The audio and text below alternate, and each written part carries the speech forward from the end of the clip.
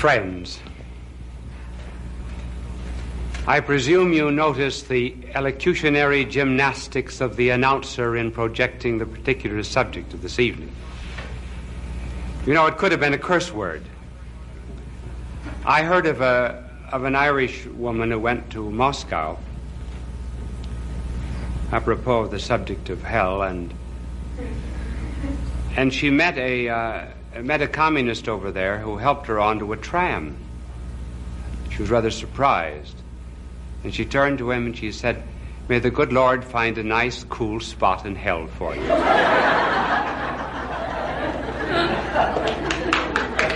You know, this is a subject, of course, that's bandied about by fundamentalists and modernists. I was once disturbed, about 2 or 3 o'clock in the morning with the doorbell ringing frantically. And when I answered it, there was a drunk at the door, and he said, I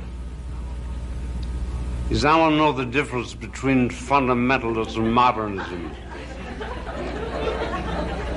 And I said, well, you come back tomorrow morning and I will tell you.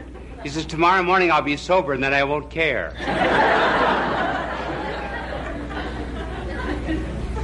Those who live in New York and have to commute to Long Island are very familiar with the place en route where on the Long Island Railroad you have to change your trains. And it is always, of course, one of the great difficulties that commuters have to face on their way back home at night, and coming in the morning sometimes. This particular man was suffering from a heart attack, which seized him just at the point of change, which is Jamaica. Clergyman called on him in the station and said, "Don't you think you better make your peace with God?" He said, "You know, you're going either to heaven or to hell." And he said, "I don't care where I'm going, as long as I don't have to change at Jamaica."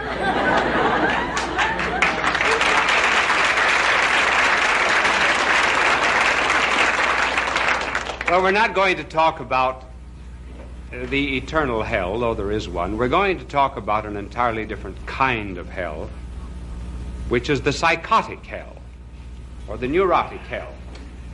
Now, the moral universe has, of course, I suppose, best been portrayed poetically by Dante.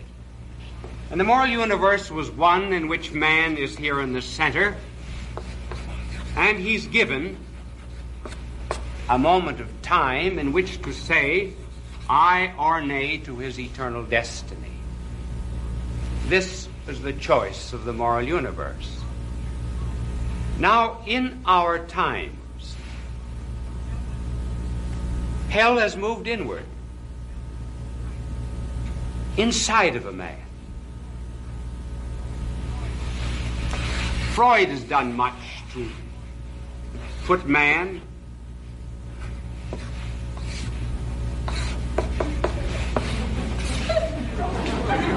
and hell on the inside. This is what is called just his consciousness. This becomes the superego for Freud, and this becomes the id down here.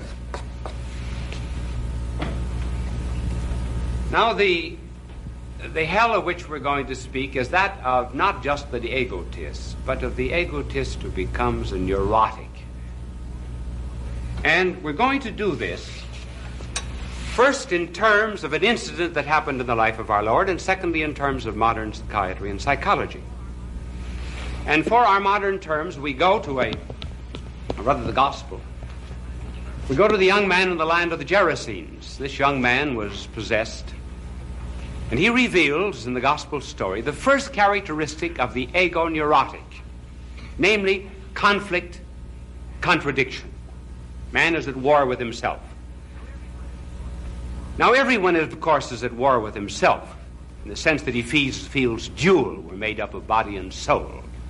But here, the conflict is much more intense. When our blessed Lord came to this young man, he said, "What is your name?" The young man said, "My name is Legion, for we are many." Notice the contradiction. Personality is the mark of is signified by a name. Now, this man says, I do not have a personality. Mine is split. Mine is like the Roman legion. There are 6,000 men in the Roman legion. And so I say my and we and us and legion, in order to indicate that inside of me are perhaps 6,000 different impulses and passions and instincts, all craving for some kind of an assertion. And what this young man revealed as the conflict is also, isn't it nice, you know, for my angel to clean my board when I'm talking about hell? The conflict on the inside of modern man is something like this. Here is the real self, what a man is. Over here is his phantom self, his shadow self, what he believes himself to be. Now, the ego neurotic always has to have this phantom self nourished, constantly seeking praise, adulation, has no reverence or respect, generally for those who will not praise him. He must be served all the time. But while he is boasting, vaunting himself, enlarging his ego, all the while he knows he's a phony, because he has to live with his real self. But he tries to make his way in the world by making, as I say, everyone serve him.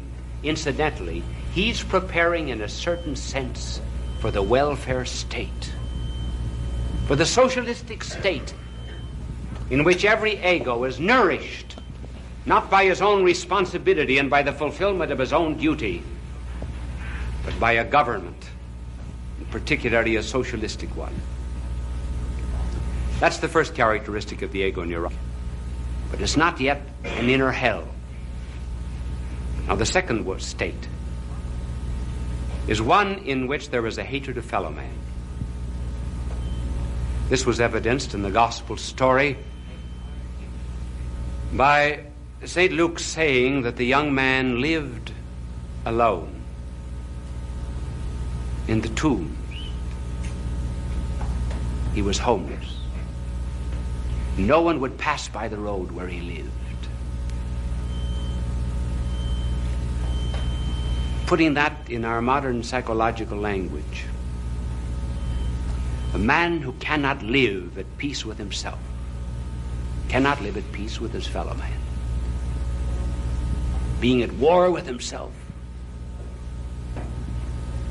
he projects that inner conflict, that civil war, that earthquake. He projects to the outside.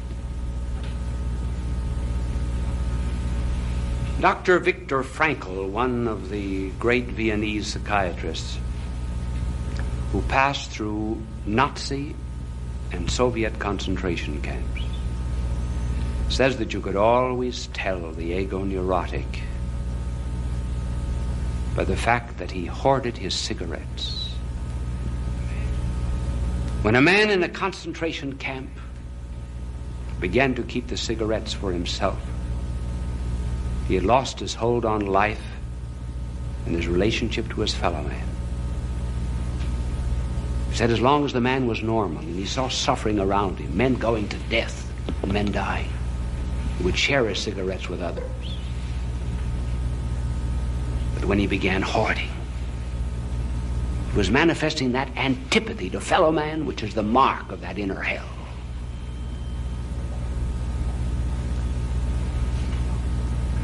Sartre, the French existentialist, an atheist, and who lives in his own inner hell. Oh, how he described it in his drama called Huis Clos. Kind of a peephole. Hell to Sartre is an apartment house outside of Paris in the suburbs. 3 people live in it. Well furnished, no flames, no fire, except on the inside.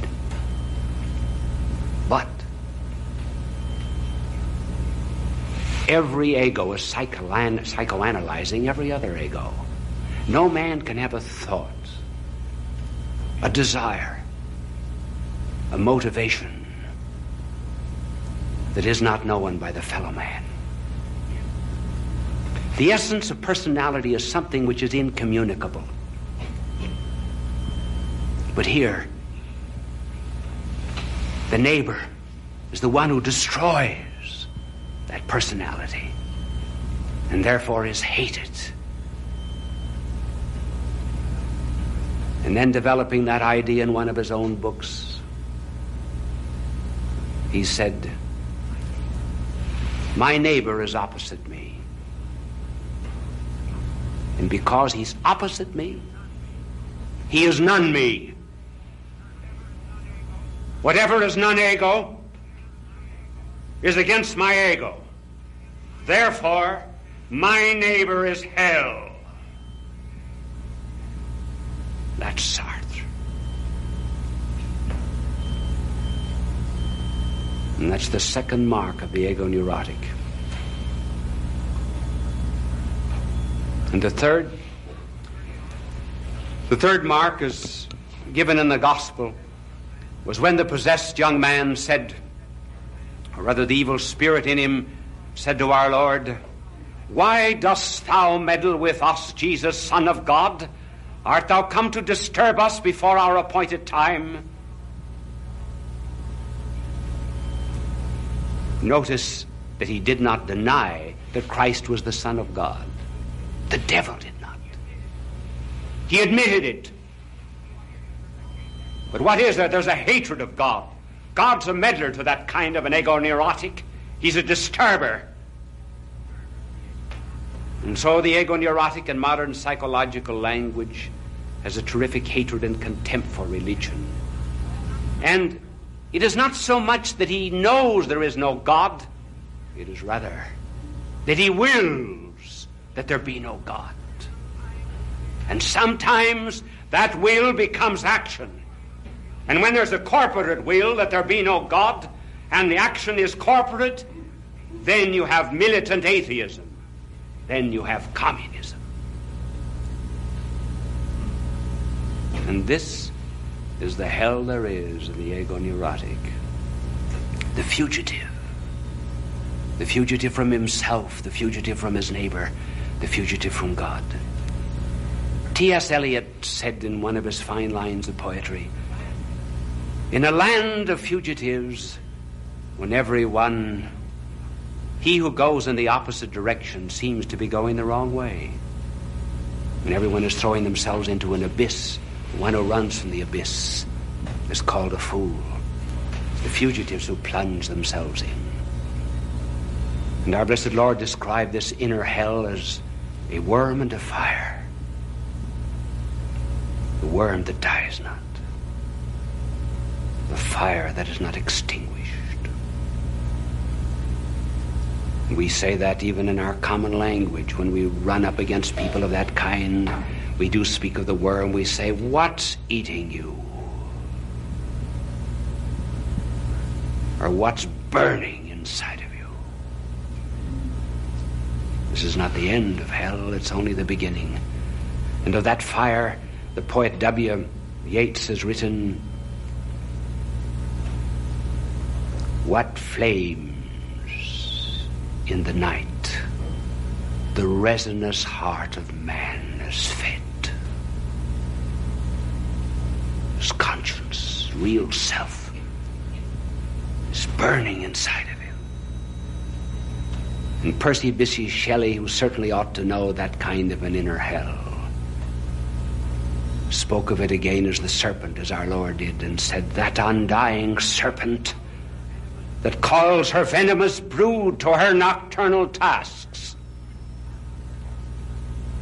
In other words, all the serpents come seems to devour the soul within. This is not the end of that kind of hell, but we are not to dilate too much on this kind of an ego neurotic, except merely to describe it in these poetic and psychological terms. More important still is how to get out of it.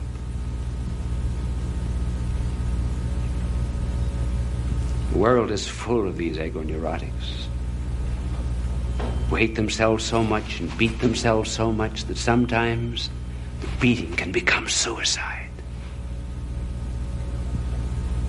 What's the remedy? Self-help? Self-confidence? No. There is no psychological do-it-yourself kit that will ever enable a man to get out of that kind of inner worm-eaten and fire-devoured conscience. Nothing. In fact, those who have passed through it say they have a peculiar kind of activity.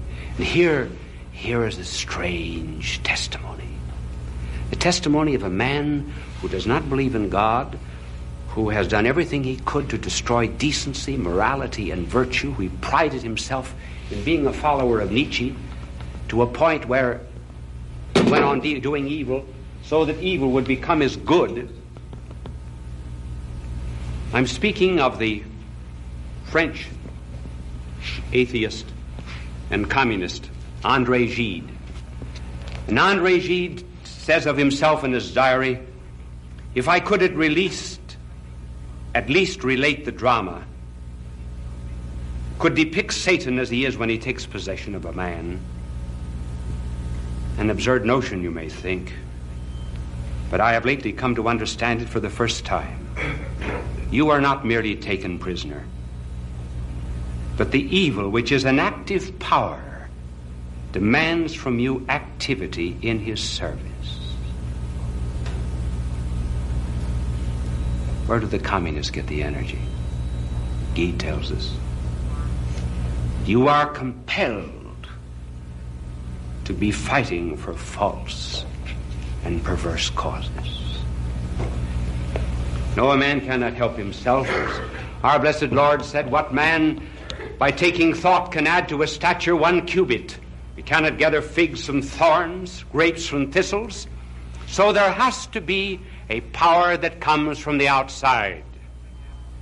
If, for example, I should take a ball and throw it across this library floor, that ball would go in a straight line unless there was a superior power that diverted it in another direction. So too the ego-neurotic mind is going in a certain direction. There's nothing can stop that direction except some power that comes from the outside that diverts it. And that is the difference, you see, between world religions and Christianity. In all world religions and in just psychology alone, man attempts to go to God or to happiness by lifting himself by his own bootstraps, by meditation, by self-denial, by practice of the Eightfold Way. Whereas in Christianity, this is the process. God comes down to man. In other words, a beachhead is established from the outside in the heart of man who wants to get out of that inner hell. We're open on the side of our finiteness. It's possible for something to get in us. And we are not to think that simply because external circumstances surround us and even overwhelm us, and we will all act necessarily the same way in virtue of those causes. That was the great mistake of Freud. Freud said, if you put 100 men or 1,000 men into a camp and starve them all, you will find at the end that every one of them will manifest exactly the same basic instincts. They will all go in the same direction. One man will not differ from another. That is not true.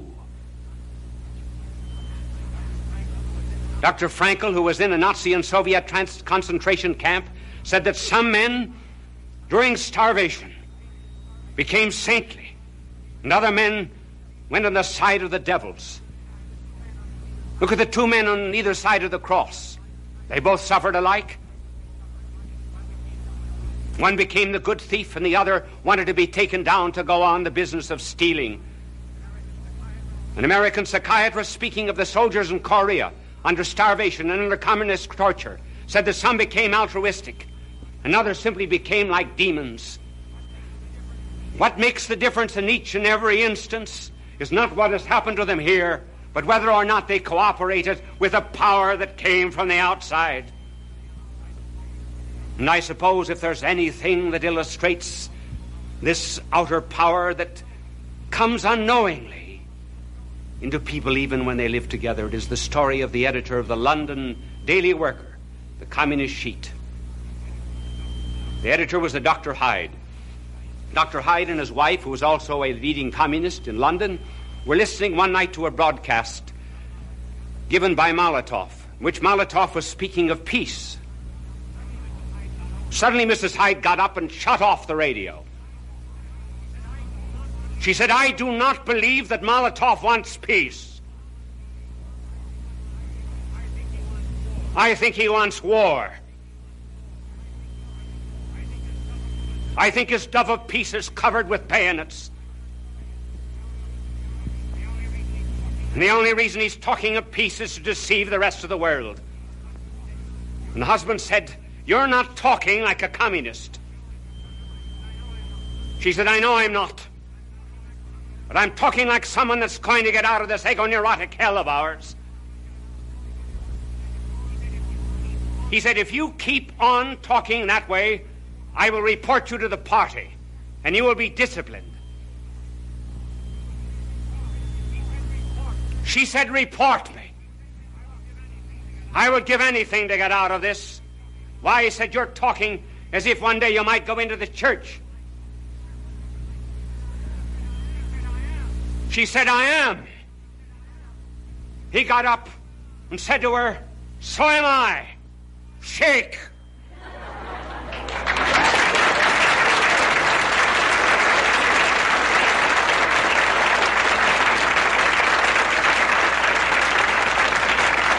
And what broke this neurotic hell except a power that came from above?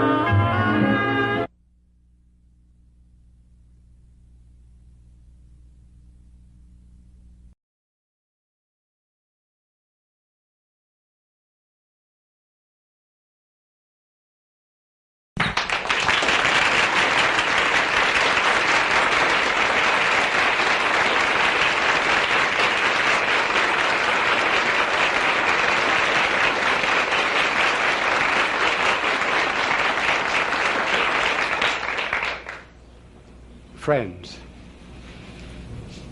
I received a letter from Canada not very long ago in which a mother told me that her two children for a long time had been very quiet, and when they were quiet, she suspected they were up to some kind of mischief.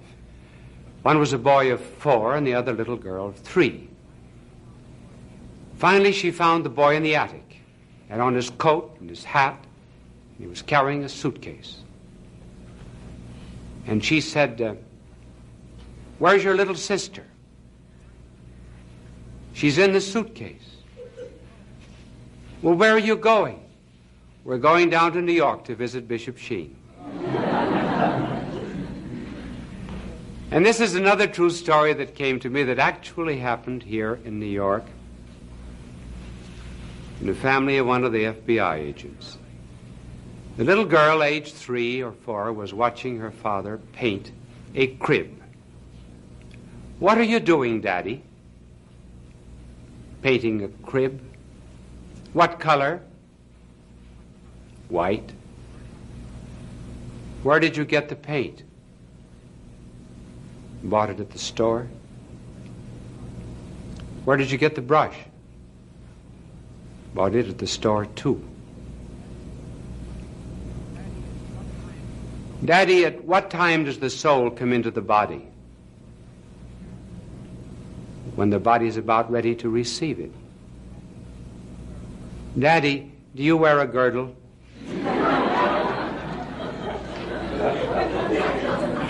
That's an example of how a child's mind flies from one subject to another, and shows also the result of listening to television. Late in February 1954, I gave a telecast on the death of Stalin. It was a funeral oration over the dictator. A few days later, on the 5th of March, his death was announced. We hope that what we're saying tonight will not be so prophetic. A word about the pattern of betrayal, the formula of world revolution. We're going to show the pattern by which the Soviet Union hopes to take over the world. This proceeds in 3 steps. We'll mention the 3 and then describe each of them. This first principle applies only to themselves, namely materialism. That is their philosophy of life. The second applies to themselves and to us. It is the myth of coexistence.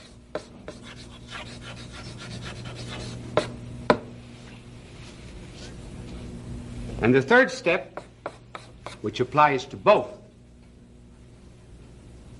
Soviet Union and ourselves, is destroy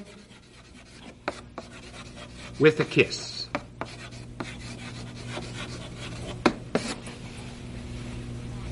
Now, this is the formula by which they have taken over so far about 33% of the world. 37 out of 100 people in the world are subject to them according to these ideas. First, materialism. Materialism, as you know, is their philosophy of life, which believes there's nothing but matter. There's no God, no soul. Now, why these 2 denials? They're intrinsic to communism. Why no God? Well, we can understand that. The second paragraph of our Declaration of Independence states that it is a self-evident principle that the Creator has endowed man with certain unalienable rights. In other words, we have rights and liberties, like freedom of press, freedom of conscience, freedom of association, which do not come from the government, which do not come from the will of a majority, which do not come from a state. These rights and liberties come to us from God. Therefore, the state cannot take them away. That is our principle. Now, they have to deny God, because that would be another source of rights than the state or the party. In order to build up this structure of theirs in which the party is supreme, they must hold that any right or liberty which the individual possesses comes to him from the party. Therefore, the party can take the rights and liberties away. But if there was a God, then there would be rights not dependent on the party. So they have to deny God. The second principle, there is no soul. Why that?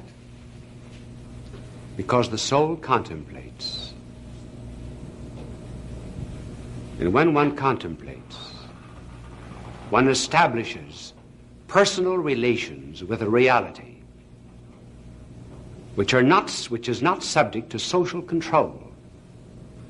In other words, no one around me in society can control my thinking and my meditation.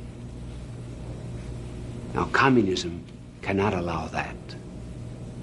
There may be no thoughts, no conclusions, no plans, except those approved by the government.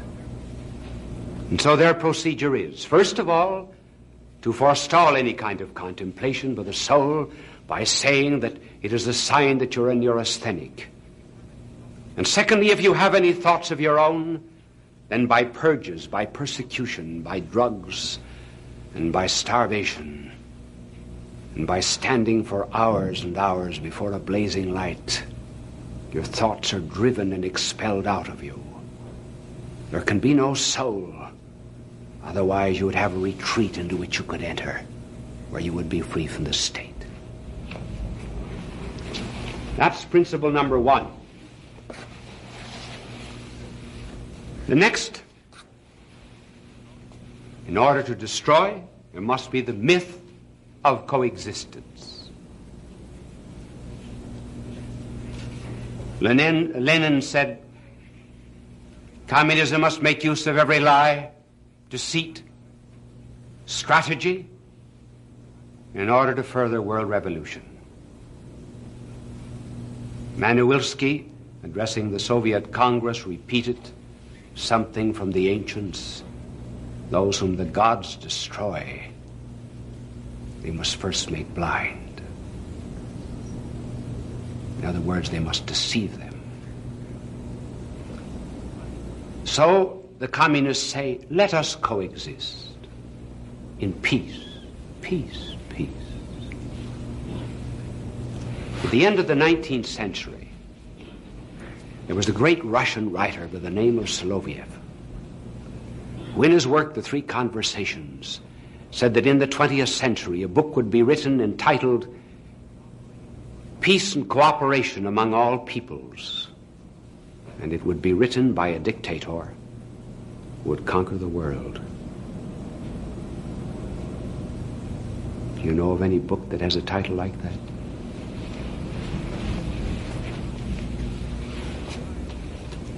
Why coexistence?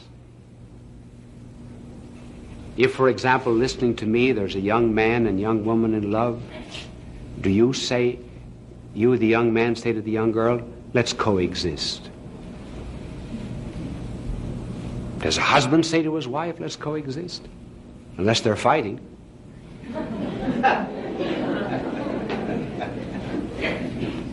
New York does not say to New Jersey, let's coexist. Canada does not say to the United States, let us coexist. Why then does Russia ask for coexistence? Interesting, isn't it? Here's the answer. Here are 5 houses.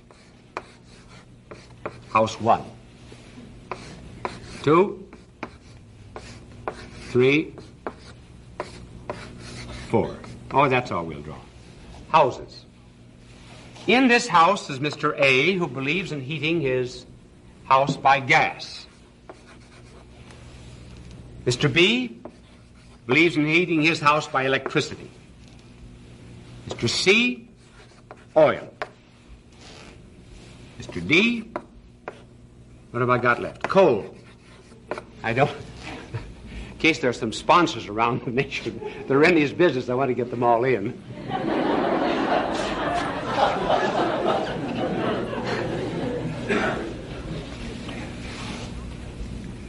Now it is agreed among them that they will use different forms of heating. There's no problem of coexistence among them. But suppose someone moves into a house down here whose name is Mr. K. Mr. K.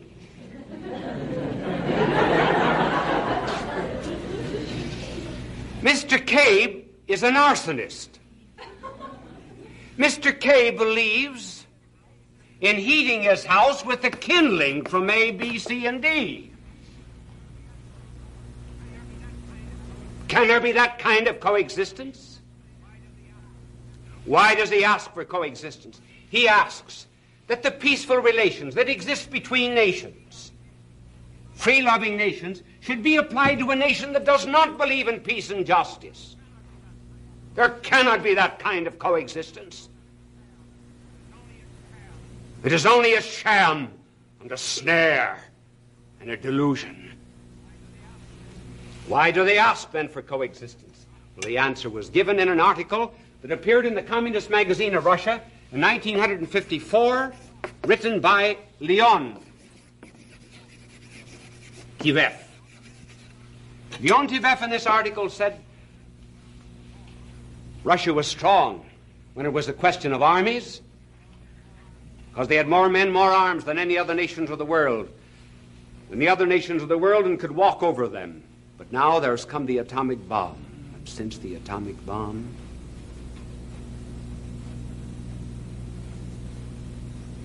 there can be mutual destruction. The Soviet Union would be destroyed, so would other nations. So there must be, Mr. Leontiev goes on to say, long periods of coexistence until the historic moment comes when we are ready to strike. And when does that come? When does that happen? Well, that happens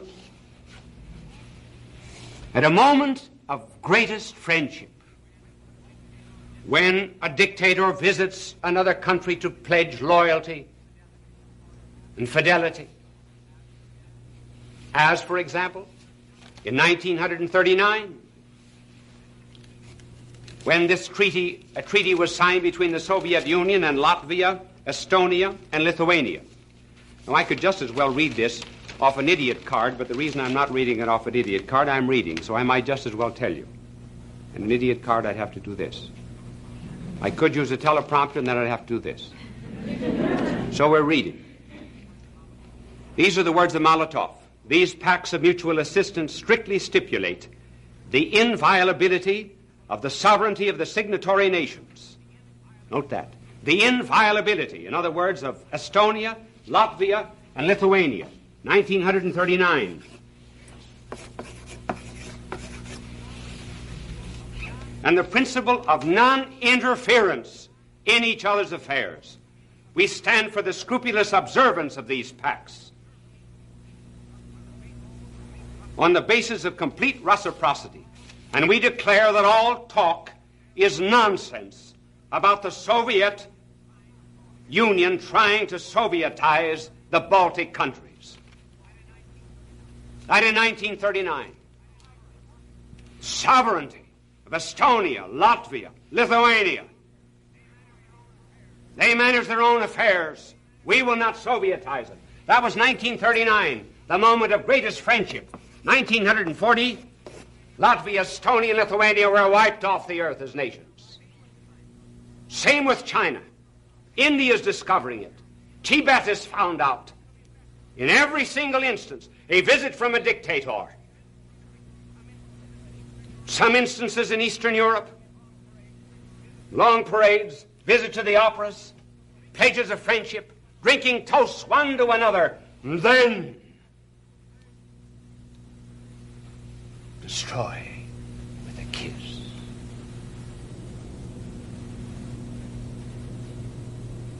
Where did they learn it?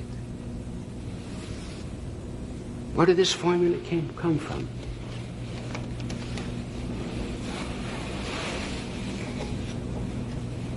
It came from Judas. Those were his stages. First, materialism. Not just avarice. We do not know anything about the avarice of Judas until the very last part of the public life of our Lord. In fact, about 10 days before. Avarice is only a consequence of other sins. It is not first. The first mention we have of the fall of Judas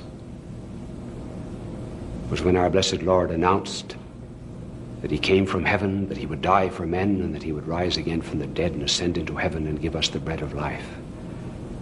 He had multiplied loaves and fishes and fed several thousand. And then the people came to make him king. And our Lord refused to be a bread king and fled into the mountains alone.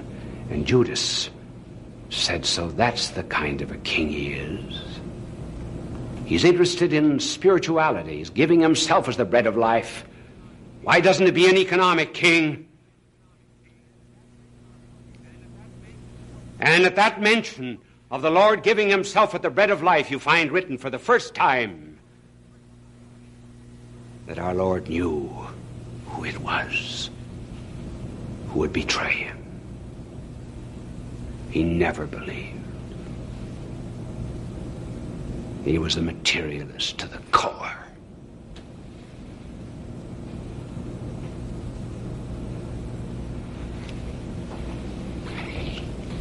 But that was for himself. Materialism is for the Soviet Union. Judas's second stage. Coexist with others. Lie. Deceive. Put on a false front. Pretend you're a friend. Never let anyone know your intentions. Talk of peace, peace, peace. Did anyone suspect Judas? Of course, our Lord did, because he is the Son of God. But I mean among men. John. John was the only one. And John kept it to himself. None of the other apostles knew. I think Peter was under more suspicion than Judas. Because when our Lord called Peter Satan, that's when there opened up a quarrel among them as to who would be first. The mother of James and John interceded for her sons, and after the transfiguration, the apostles quarreled as to who would be first. Even at the Last Supper, they quarreled. You say, but they knew that Judas was avaricious? Not necessarily. The night that Mary Magdalene poured ointment over the feet of our blessed Lord, all the other apostles, with the probable exception of John, joined in, saying, why could not this have been sold for 300 pence and given to the poor? Remember that Judas alone did not say it. The others did not know it was he. And then on the night of the Last Supper, our blessed Lord said, he who sits at table is about to betray me. And so each asked, except John, is it I? Is it I? Is it I? Is it I? Brazen Judas. Coexistence to the end. Is it I? Peter said to John, ask the Lord who it is. Our Lord said it was the one who would dip his finger in the dish. He reached it to Judas, but the others did not know the sign. And when Judas left, they did not know the business of Judas. The other apostles thought that Judas had gone out either to distribute money to the poor under the direction of our Lord, or else to buy food for the feast. They did not in any way suspect that he was a traitor. Deceit, friendship, pledges of cooperation, mutual assistance, love. Oh, we're brothers, all of us. And then the third stage. When you have them all fooled, then it is that our blessed Lord meets him. And Judas came down over the brook of Kedron. Excuse me for looking down there, changing my watch. I want to find out how much time I've got. Only 1 minute left? Oh, the watch is wrong. I'm sorry. I had 2.5. I have 1 minute left. So we'll have to hurry very quickly. And Judas came down over the brook and threw his arms around the neck of our blessed Lord and blistered his lips with a kiss. And our Lord said, "Friend, wilt thou betray the Son of Man with a kiss?" Oh, yes. Some things are so sacred and divine, their betrayal must always be prefaced by some mark of affection. My fellow men, my countrymen, beware, lest you say, "Wouldst thou betray America with a kiss?"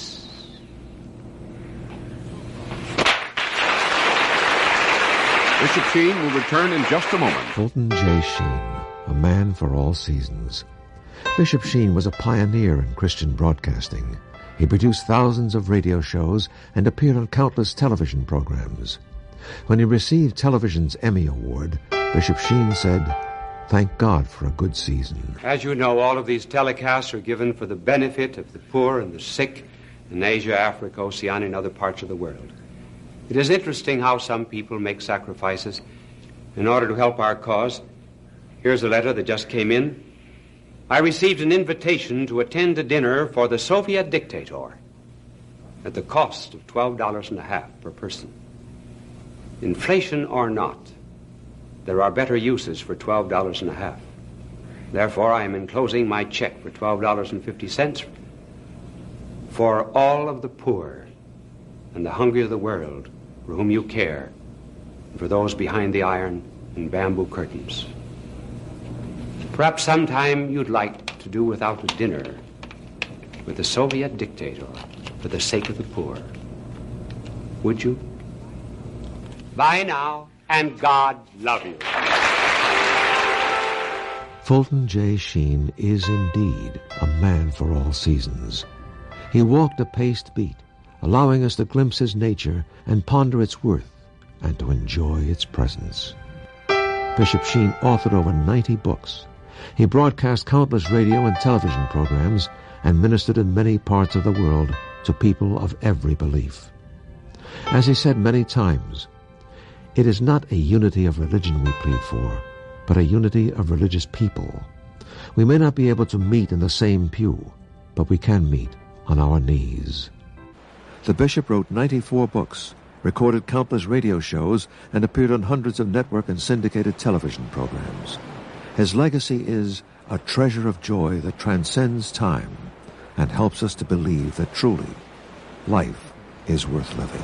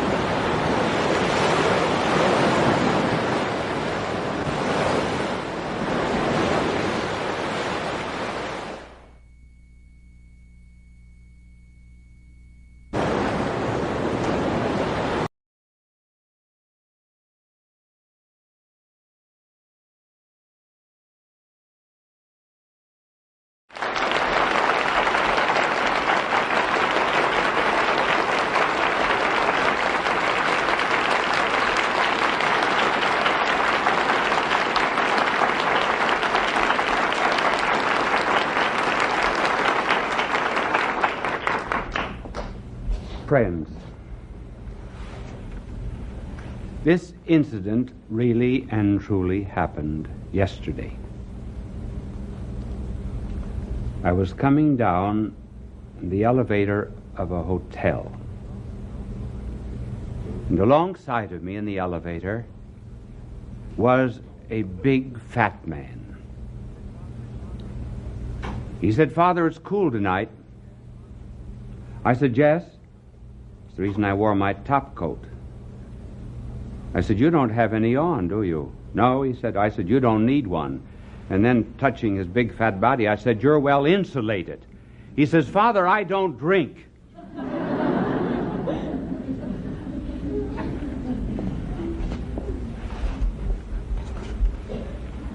I was once giving a telecast, and this will introduce this subject. And I was writing on the blackboard at the time, and in a certain home, a mother said to her little child, "You go into the front room and listen to Bishop Sheen. He's on television. He's smart. You'll learn something." Well, when he came in, I was just writing the word sex on the blackboard. He came out and said to his mother, "He's not so smart. He doesn't know how to spell six."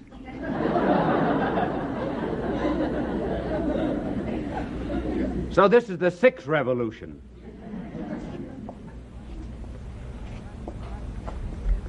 Well, that's what's being said, that we're living in a day of the sex revolution. I wonder if everybody went through a red light in traffic, if we wouldn't say we had a traffic revolution. And with all the dishonesty that's going on in business and politics, one wonders if we do not have an honesty or dishonesty revolution. And with the muggings and increase of murders, do we not have a murder revolution? In other words, we seem to say there's a sex revolution simply because, well, everybody's doing it. And since we are practicing certain things that are wrong, we've been inclined to label it sex revolution. Is it really that at all? I doubt it very much. There have always been revolutions of this kind in history, but I think instead of it being a sex revolution, it's a culture revolution that we have. Sex is merely the manifestation of a crisis that we have in our culture. Our times are those in which people are full of frustration, anxiety, fear, and dread. They're lonely. They've broken off all bonds with the eternal. And they find that this is one of the outlets. It gives them just a temporary release.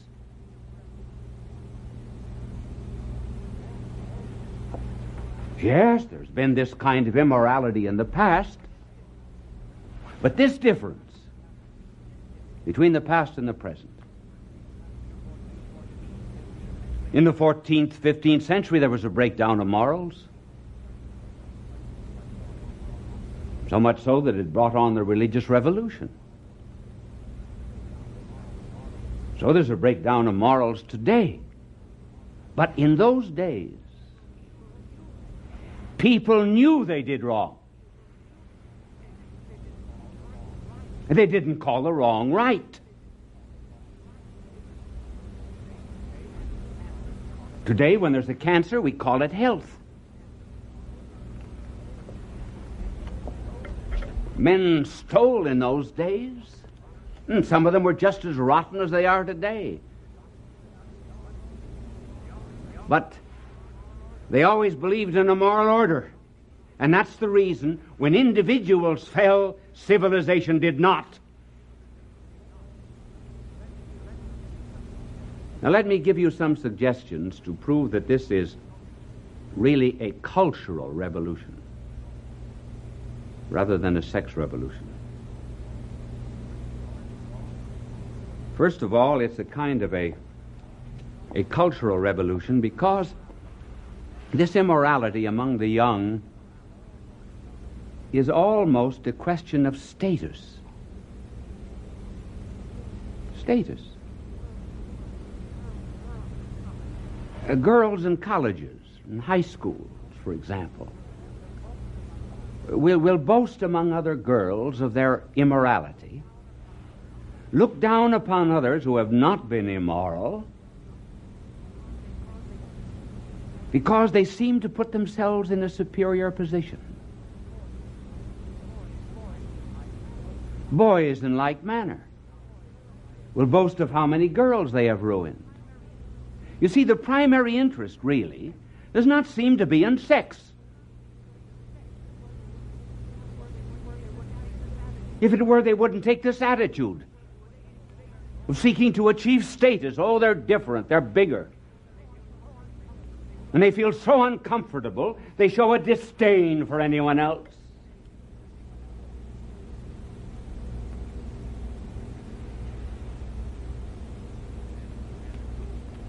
And then, too, from another point of view, sex has become very, very intellectual.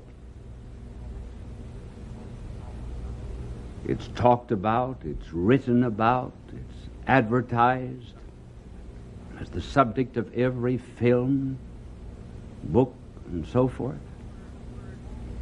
In other words, it has gone out of the area of the body and has got up into the brain, so that it has become an obsession.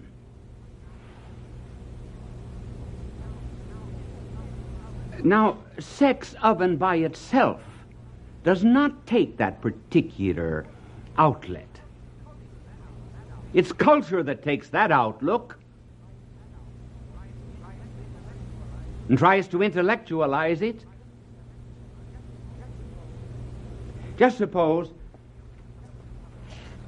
there was a television show with this plot.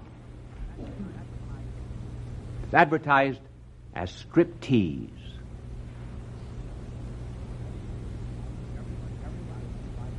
And everyone is invited to this particular production. The lights flicker, grow dim, and there's wheeled out on the stage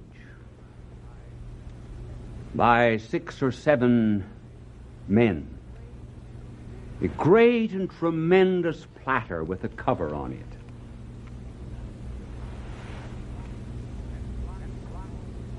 Then blasts of horns. And then the cover is dramatically lifted off. And you see a piece of raw hamburger.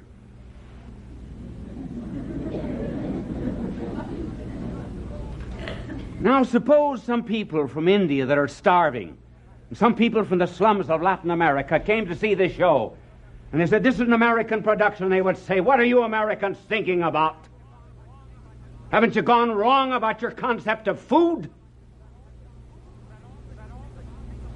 Is that all that you think about? When you have to make food the object of teasing? It's exactly what they would say. And they'd say the same thing, too, about sex. So I say it's a cultural problem. And juvenile delinquency and other manifestations of crime that we have, and the love of dope, this is just another phase of our cultural revolution in which our lonely, empty souls are trying to fill up the nakedness. And the final suggestion that it is cultural is the fact that there's so much perversity attached to this so-called sex revolution. The glorification of homosexuality, perverseness, murder is associated with it, unnatural crimes. Sex doesn't decorate itself with those things, but a bad culture does.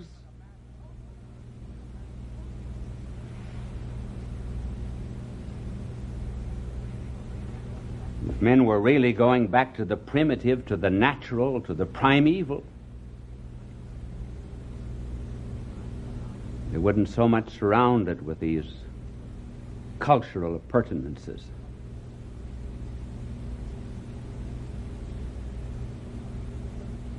Now, this is a subject that's very difficult to talk about.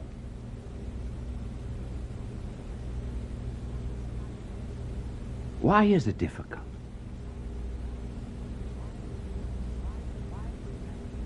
Why, for example, do parents find it almost impossible to talk about it to their children?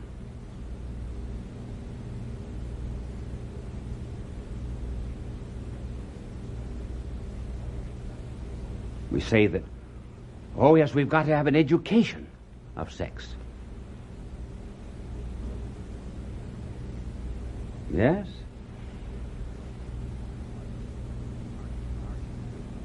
The argument that they use is, well, if you knew, for example, there was typhoid fever in a house, would you break into that house? So if we point out the dangers associated with sex, then the young people will not go in. Nonsense. There isn't a boy or girl in the world who's got an urge to break down a front door where there's a typhoid patient and break in.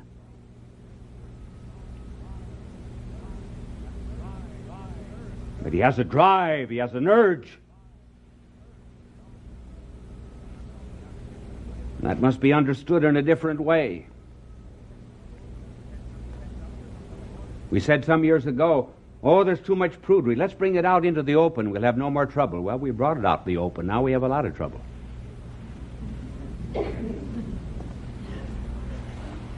Why is it so difficult?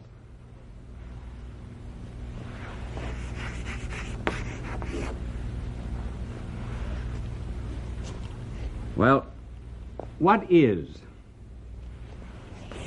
the nature of sex? Sex has a double element. Sex is a mystery. What is the known thing about sex? Well, the known thing is that everybody's male or female.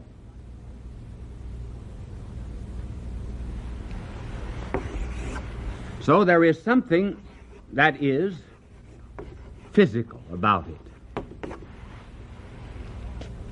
And there's also something that is non-physical, and we're going to call it spiritual. You can use another word if there's a prejudice against the word spiritual. And the spiritual is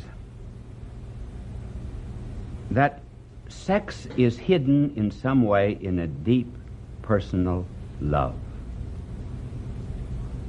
It is related to one person.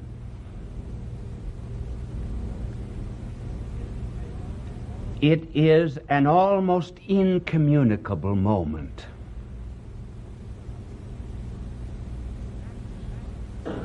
That peculiar experience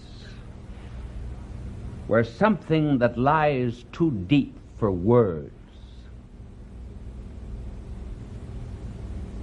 is given in a wordless way. Now, this physical element you can talk about.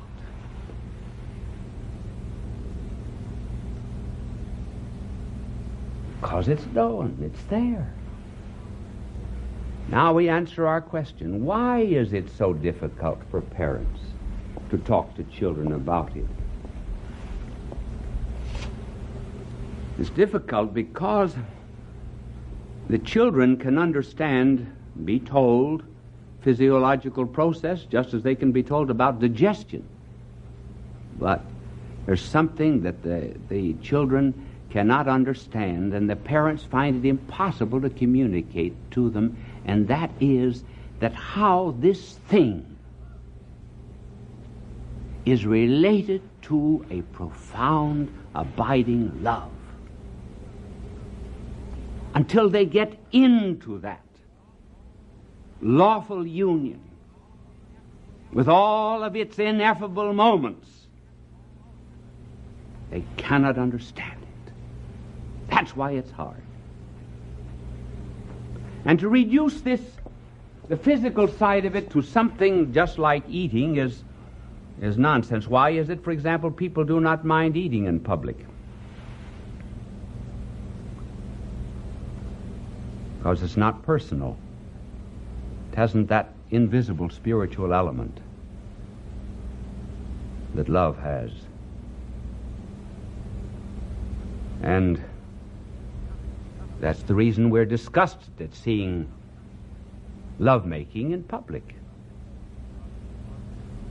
Because it takes that which is personal and makes it common, subjects it to what the Latins call the vulgus, the crowd. Something remotely like it comes, there comes a moment in the life of every boy, when he just gets tired of his mother putting a handkerchief up to his nose and say, "Blow hard."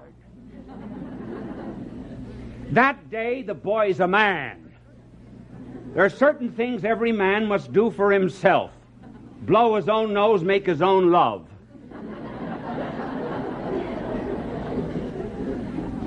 And so he wants to take it out of this common aspect that involves anybody that comes up with a handkerchief and says, "Blow hard."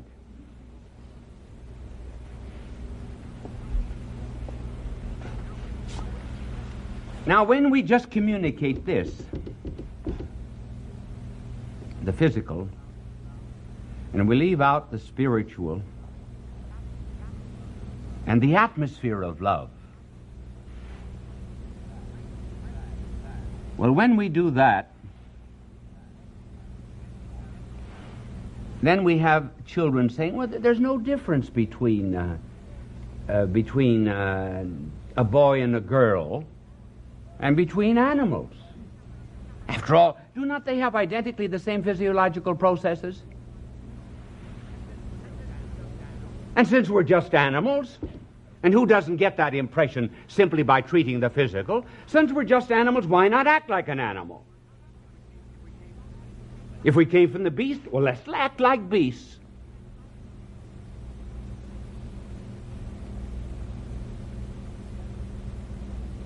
And that justification is what you generally hear because it has been isolated from the mysterious side. Now, even is that true, that it is just physical and we just do what comes naturally? Now, really, is that true?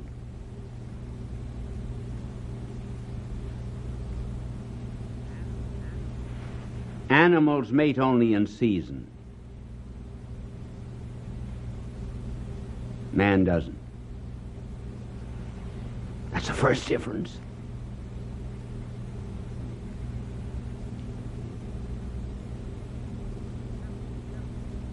Therefore, this mating process has been taken out of the realm of the automatic and the physiological. And it's brought into the area of freedom.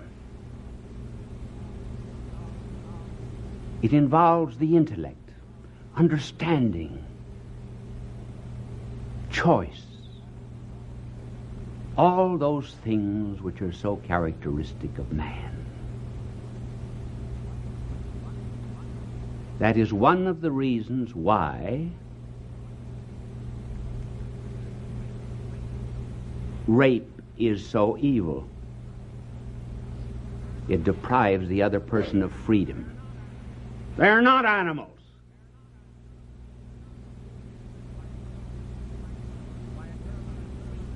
And why a girl on the street would object to any man coming up and throwing her arms around her. Why? Because she's a free being. She's not a cow.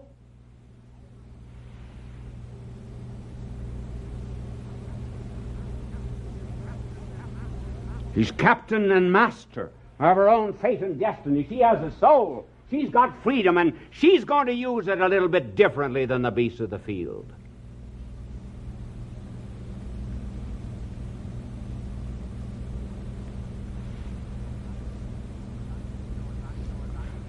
You know, as I look ahead in my mind as to what I had to treat in this telecast really should last about an hour.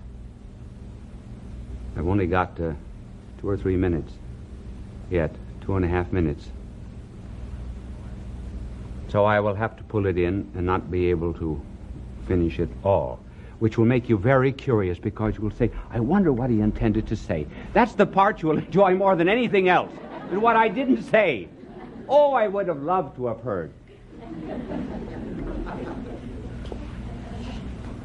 That's the first reason why it's not purely animal. And then secondly, let me say to you boys, you young men, say just animal, that's all, purely biological, physiological. If that's so, why do you get mad at another boy who does the same thing to your sister?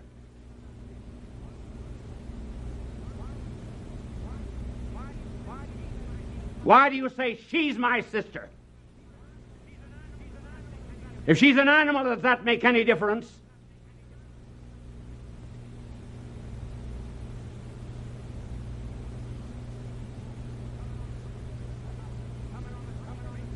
Someone on the street rapes your mother. What difference if she's an animal?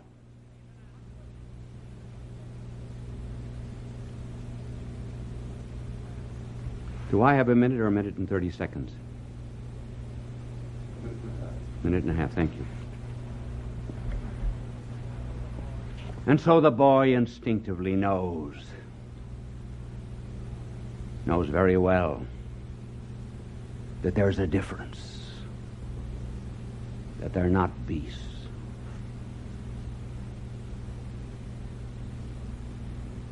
And so I say in conclusion to you young men and women, do not be taking a torch and throwing it into a city and burning it and destroying it simply because you like to see ashes and debris and filth.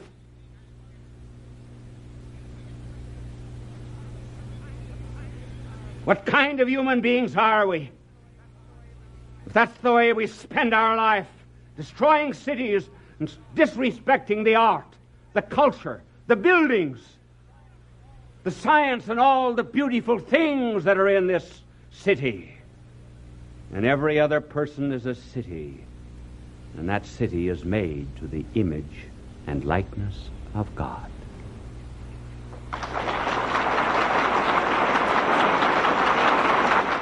Bishop Sheen will return in a moment.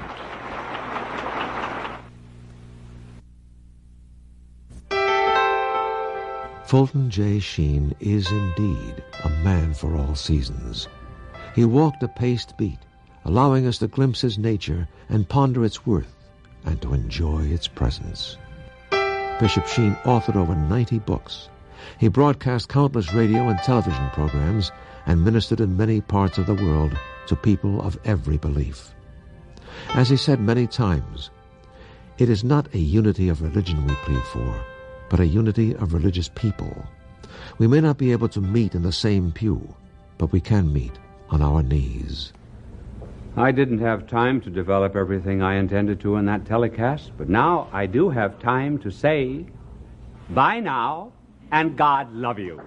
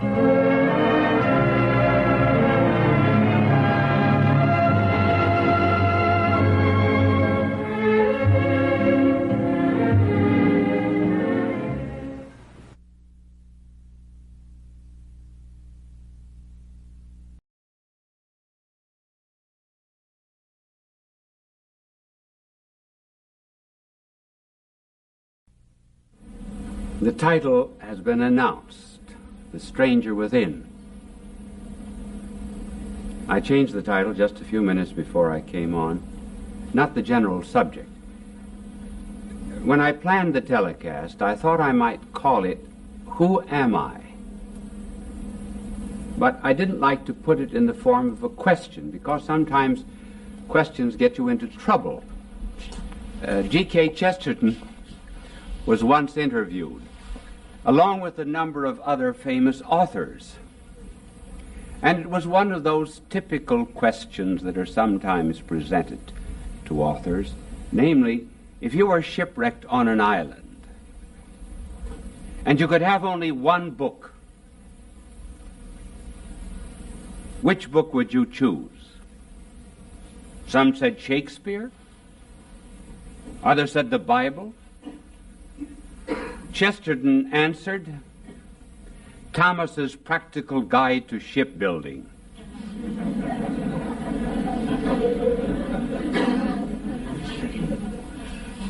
And I remember, too, I was once giving a lecture in a hall, and I was talking about not getting down in the mouth and so forth. And I mentioned Jonas, and someone heckled me for the audience and said, how was Jonas in the belly of the whale for 3 days? That was another question. I said, I don't know. I said, when I get to heaven, I will ask Jonas. He said, suppose Jonas isn't there. Well, I said, then you ask him.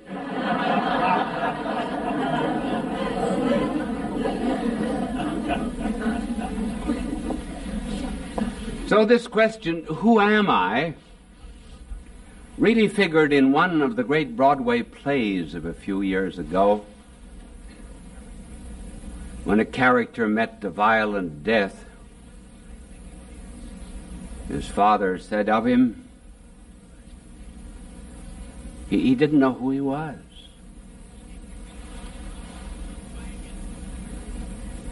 There's a kind of an amnesia that is going on in the world as regards human personalities. They're lost persons. They never enter themselves to ask, well, who am I? Do you remember reading that famous book of George Orwell called 1984? Orwell looked forward to that year when the world would be to a great extent under communist domination, and he said that we would be full of what he called unpersons. The kind that just drop out of existence, like sometimes Soviet dictators. And we are, as a matter of fact, today almost made intelligible in forms of numbers, because we are asked, what is your telephone number? What is your license number? What is your social security number? What's the number of the street in which you live? And so on and so forth. William J. White, in his book Organization Man, says that we are today all enveloped in organizations and groups, so that our personality is completely lost. We know not who we are. Maybe some of us are just like oranges. We can be substituted. I don't like this one, I'll take that one. Or maybe we're like oranges that are squeezed, in which the personality is ground out of us in order to make the collective orange juice of the totalitarian state. So we hate to be different, to be out of step, follow the crowd. Everybody's doing it. Even the children will say to their mothers, "But Mom, everybody's wearing them."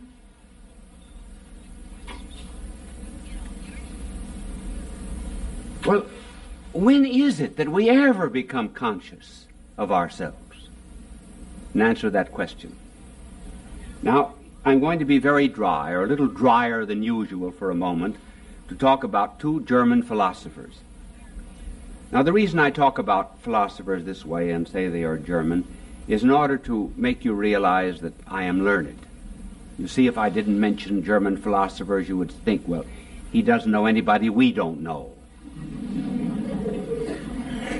So there must come moments in every telecast when one puts on this air of learning.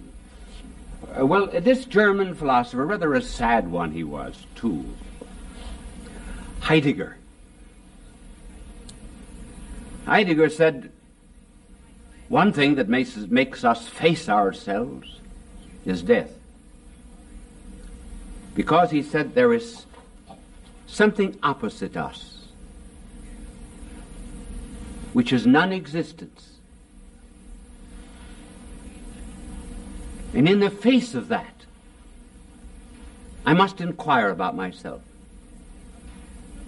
And another German philosopher, equally sad, was Jaspers. Jaspers said, there are boundary situations, too. Grief, agony, worry, fear, dread.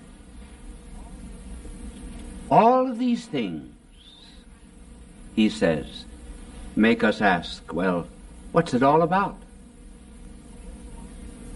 What role do I play in this drama? But I think quite beyond the seriousness of these German philosophers, there are other things, too, that make us forced to answer the question, and that is sometimes our satiety and our boredom. You know, that's going to be one of the effects of our era of carnality, is boredom, fed upness. If there was anyone who ever knew the excesses of a life of carnality, it was Lord Byron, great poet. You remember the lines he wrote? My years are in the yellow leaf. The flowers and blooms of love are gone. The worm, the canker, and the grief are mine alone. There was a young man who went to see a Parisian psychiatrist a few years ago, and this young man said to him, I'm bored with life. I don't know why I'm here, what I'm doing. And the psychiatrist said, did you ever hear of Grimaldi? Yes, he said. Now he says, there is a man who's the leader of Café Society in Paris. Everybody knows him.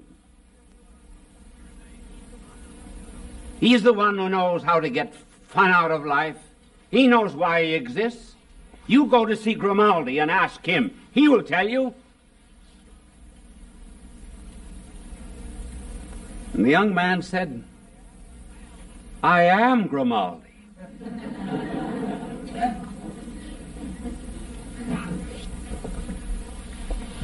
And now we come to a kind of a new phase in this inquiry. All the while that we suffer these boundary situations, we feel that there's someone within us, a stranger within. We feel dual. There's a civil war going inside of us. Two opposing forces. As one professor put it, there's a me and there's a PhD. And even the old Latin Virgil poet put it, I see and I approve the better things of life. The worse things of life I follow. He knew this conflict that was inside of him. And so each and every person almost feels at times that there's a kind of a judge out there seated in judgment.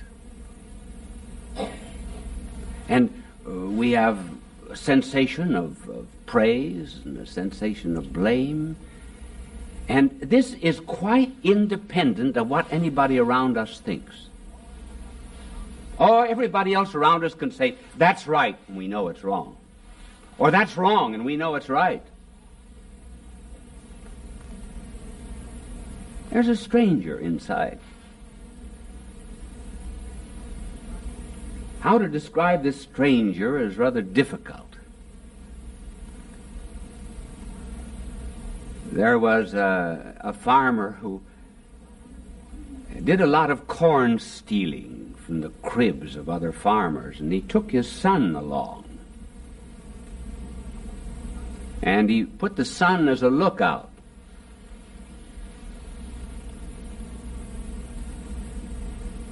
And he said to his son before he started stealing the corn, "Did you look up the road?" "Yes," said the boy. "Did you look down the road?" "Yes." "Anybody coming?" "No." The boy said, "But Dad, you better look up." And that's it. One has the feeling that someone is looking. Who this someone is, we do not know, but someone is looking. Someone sees. There were two brothers who owned a grocery store, and there was a lot of pilfering going on. So they dug a hole in the ceiling,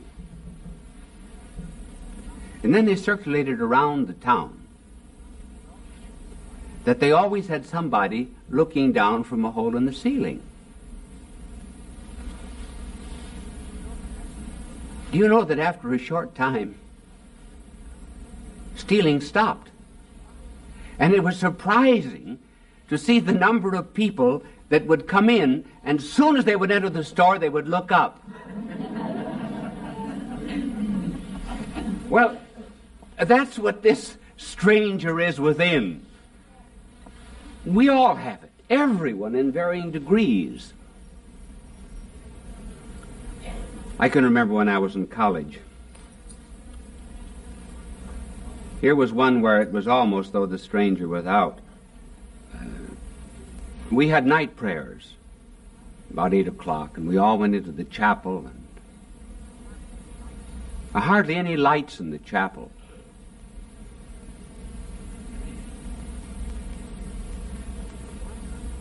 And one night, one of the boys filled the holy water font with ink. So when every boy went in, put his finger in the ink, blessed himself in the dark, couldn't tell it. So during the prayers, of course, the prefect looked out and he saw black marks on every forehead, and he said to all the boys, "Everybody out." So he lined everybody up. There was only one who didn't have the mark on the forehead.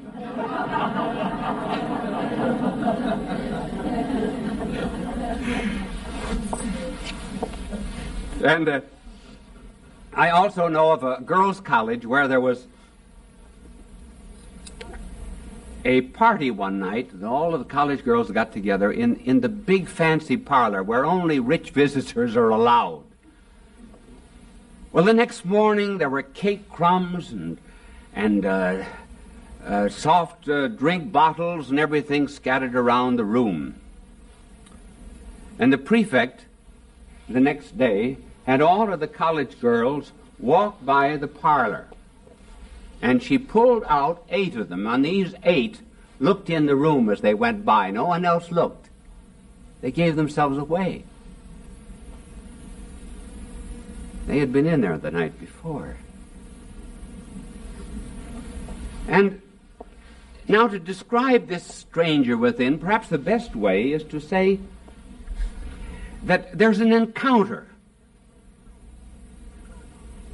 that goes on inside of us. We're meeting someone. They, yes. Not always a sense of presence, but a kind of a sense of absence. We feel like a broken bone. When a bone is not where it ought to be, it hurts.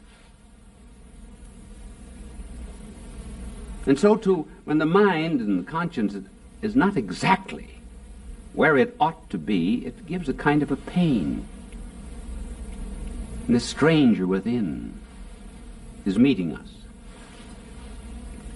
Now, what's the nature of this encounter? Well, let me tell you the story of an encounter and historical fact. And we will come to the names as we unfold the story. Once upon a time, there was a young man who was a knave, a deceiver, a charlatan, a crook, and a double-crosser. He cooperated with his mother in a great lie. He cheated his brother. He cheated his uncle. And he seemed to forget all about it. But because his brother was in pursuit of him, he ran away to another country. His name was Jacob. And he stayed there for 20 years. And then he starts back. And all of the ghosts that he thought were buried now began to appear, because he heard that his brother was coming out with an army of 400 men to meet him. And he was afraid. His brother was Esau. He knew he had done his brother wrong. So, still the crook, what does he do?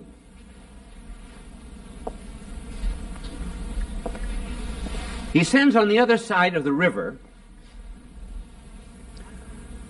hundreds of sheep and cattle, 11 of his sons, not all of them, just 11. 11 of his sons, 2 of his wives, not all of them, and some of his servants, and he said, if my brother asks what you're doing here, you say, all of these are gifts for you. I love you so much.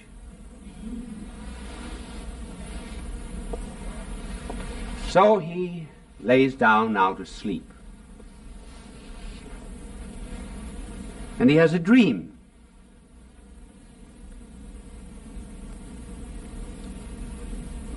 It was a curious dream. It was about a wrestling match.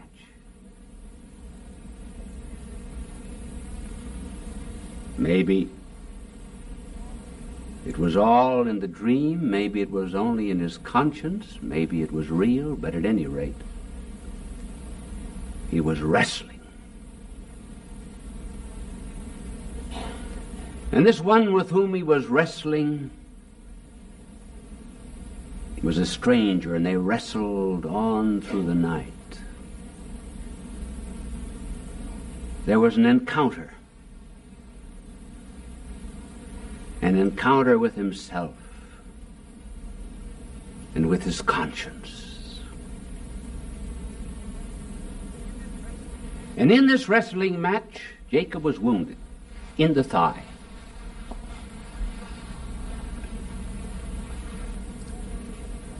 This nature that he thought was so self-sufficient, which made him so complacent because he was a trickster, now it's weakened.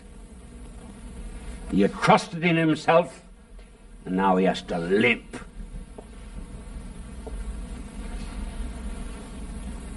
But the wrestling match still goes on. And finally the wrestler says to him, "What is your name?" In other words, who are you? Face up to yourself. Answer the question, who am I? He said, "My name is Jacob." He saw himself, Jacob, the supplanter, the crook. In this wrestling match, suddenly there was an encounter with himself. He saw himself as it really was, but at the same time opposite this wrestler. And the wrestler says to him, "Your name is no longer Jacob. Your name is Israel." Israel. One who struggled with God. He was in an encounter with this stranger within. And here he's being praised for it and being told, "Now you know the stranger. Now you know the name of the wrestler. Now you know the one that you'll meet tonight."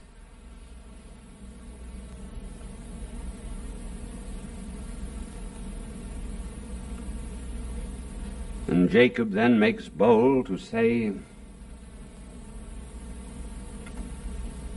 "And what is your name?"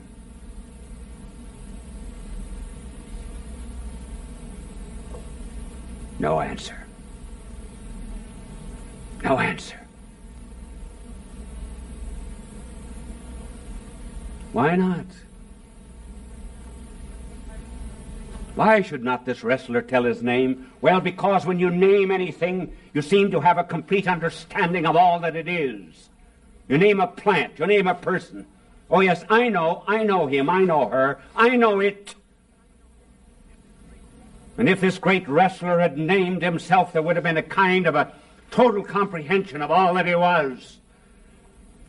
Refusing to name himself, Jacob had to learn that here he was face to face with a great unknown, something incomprehensible, something that we meet in awe, in loneliness, and in fear. In other words, the stranger cannot be completely and totally comprehended.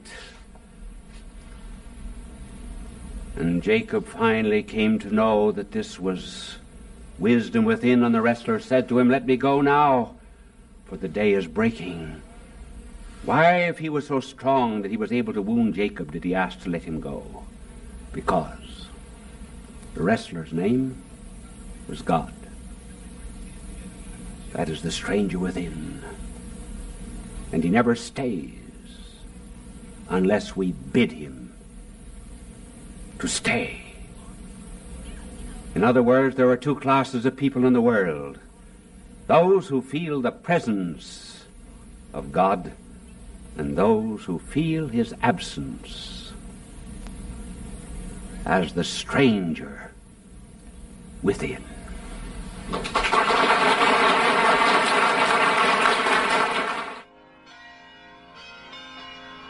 The Scriptures tell us, with God, all things are possible. Also, our faith can move mountains. Faith is a wellspring of wisdom that flows within our spirit. In this portrait of God's beauty, our faith must be taller than the tallest tree. It should reach above and beyond the highest snow peaks. Our faith is God's best gift to us. It is salvation. It is peace. It is truth.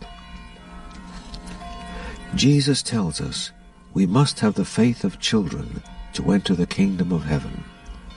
Jesus touched people as he healed them, and as many as touched him, he made whole.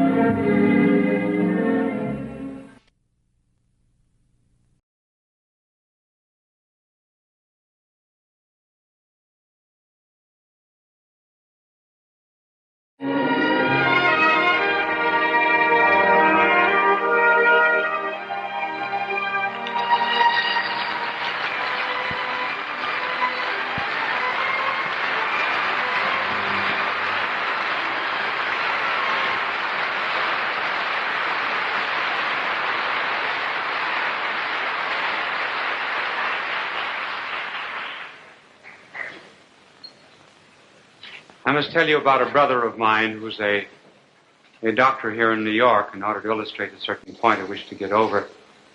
When we were children, we used to visit every Sunday afternoon an old couple whom we were taught to call familiarly Uncle Bill and Aunt Hannah. And in the course of the visit, my young brother Tom always used to ask Uncle Bill for a dime. He started this whole affair.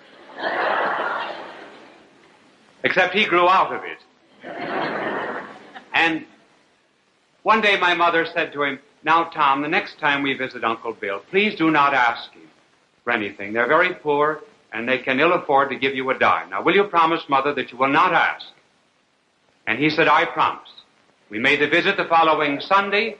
Tom was very good, but just as we were driving away, he said, "Uncle Bill, you know." Now, the only point of the story that I wish to get across is that those of you who are knowing and loving will know what I mean when I say, thanks, thanks, thanks.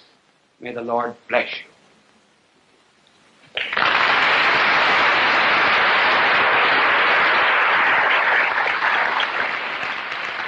Well, the burden of this telecast is to be the meaning of Christmas, but in order to do it, we must give you some philosophies of life. Chesterton once said that a philosophy of life was extremely important. He said that when you go to visit a dentist, before the dentist begins to drill your tooth, he has a right to ask you, what is your philosophy of life? Because if your philosophy of life is wrong, he can't be sure that you will pay your bill. An old wise Socrates once said, marry. If your wife is good, you'll be happy. If she's an old shrew, you will become a philosopher. Socrates became a philosopher.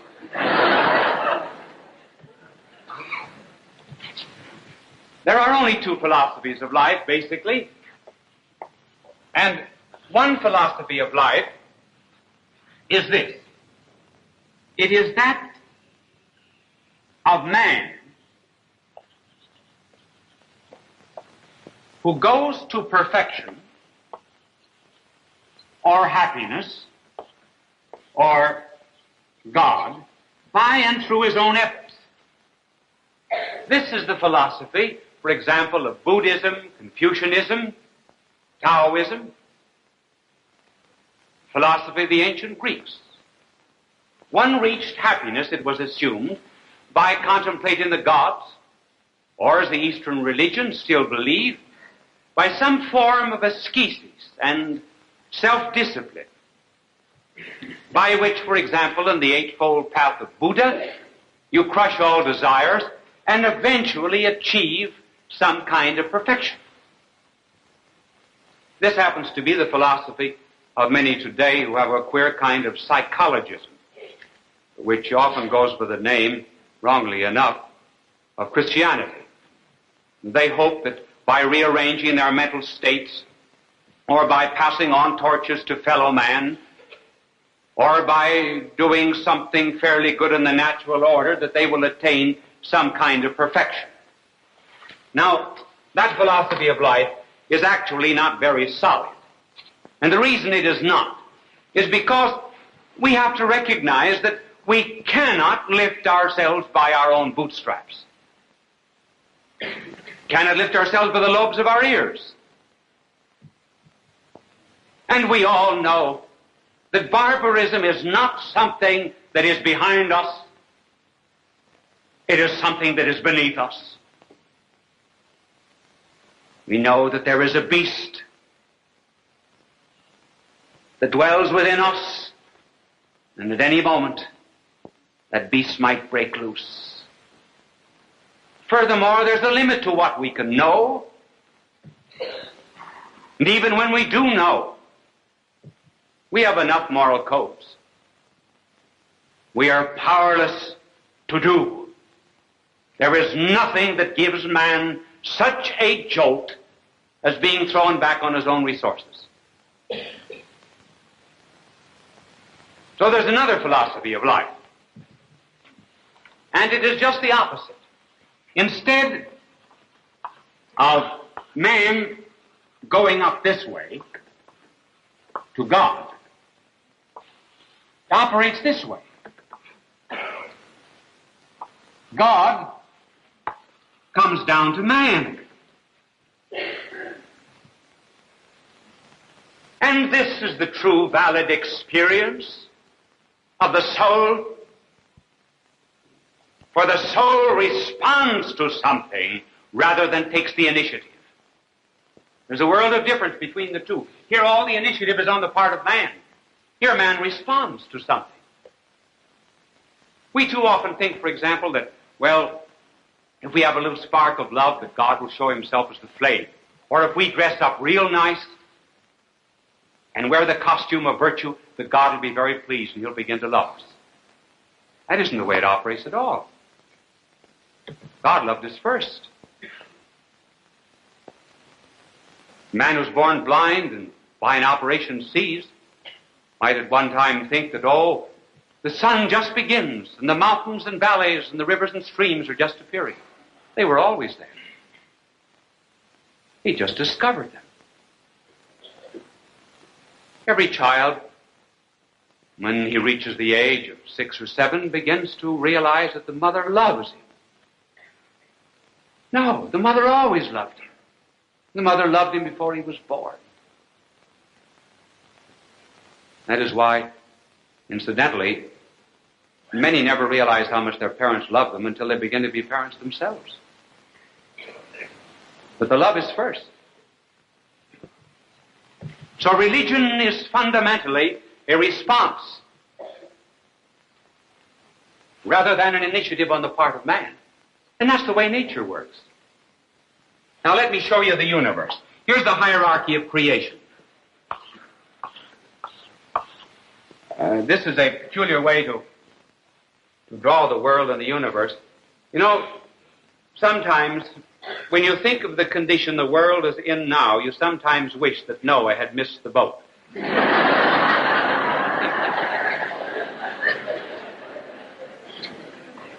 And for the benefit of those who think the world owes them a living, it's well to remember that the world was here before they were. Well, this is the hierarchy of creation. At the bottom are chemicals, then plants, then animals, then man. Running through the universe is this law. Nothing ever mounts to a higher level except the higher thing comes down to it. For example, if the chemicals, the phosphates, the moisture, the air, the sunshine are to be living things, the plant must come down to them. Plant must descend to them. And if the plant could speak, the plant would say, unless you die to your lower existence, you cannot live in my kingdom.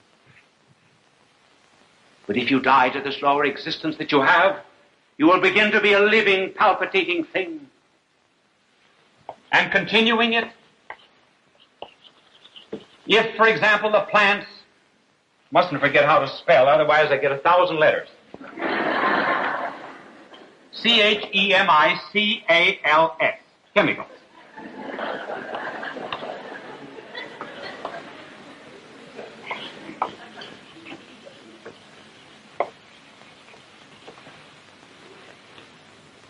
If the plant is ever to live in the animal must come down to the plant. And if the animal could speak, it would say to the plant, unless you die to this lower existence that you have, unless you were torn up from near the roots in the earth, unless you were ground beneath the jaws of death, you cannot live in my kingdom. But if you will surrender your lower existence and be responsive to me, then you will be not just a living thing, then you will be sentient. You can see, you can hear, you can touch, you can move. And if the animal is ever to live in man, man must come down to the animal, lift it up, say to it, you can live a higher life, but you must be responsive. Submit yourself to the knife, to the fire. And then you will be a thinking, willing creature that knows science and art, and that with a mind can scan the universe and read the secret of the stars. But shall evolution stop here in progress? Chemicals have no right to say there's no life above them. Plants have no right to say there's no life above them. So there is a higher life above man. And that higher life is God. And if man is ever to be lifted up, God in some way must come down to man. But it is not that simple.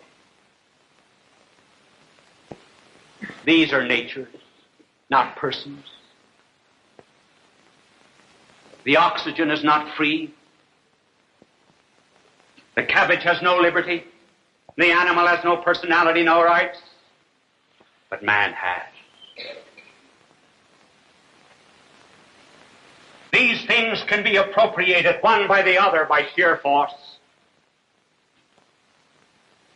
But not even the God who made man free would destroy his freedom.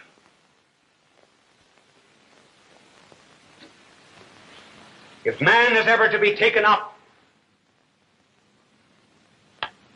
he will have to go through some process of discipline, it is true, but if he's ever to be taken up, there must be a free act on the part of man.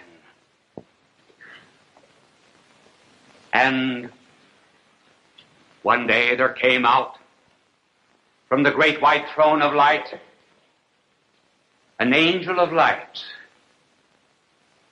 An angel. See, have you noticed how common angels are now? For Christmas, isn't it wonderful? An angel came out from the great white throne of light and descended down over the plains of Esdraelon and came to a woman kneeling in prayer. And through the angel, God said to the woman, "Will you give me a man?"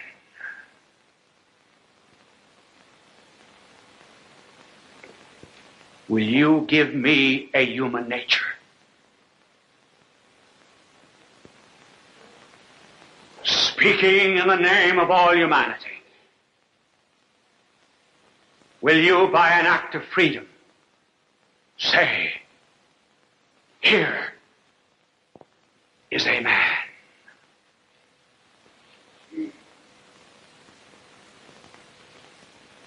And she said,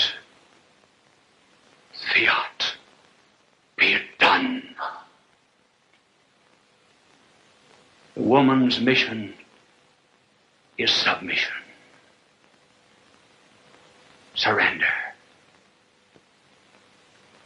And that man could not be without love, without fire, without passion. But there are other fires than those of the flesh and other passions than those of Eros. And the fire and the passion and the love that descended upon her was the spirit and the flame and the love of God. 9 months passed. And one night, there rang out over the stillness of an evening breeze,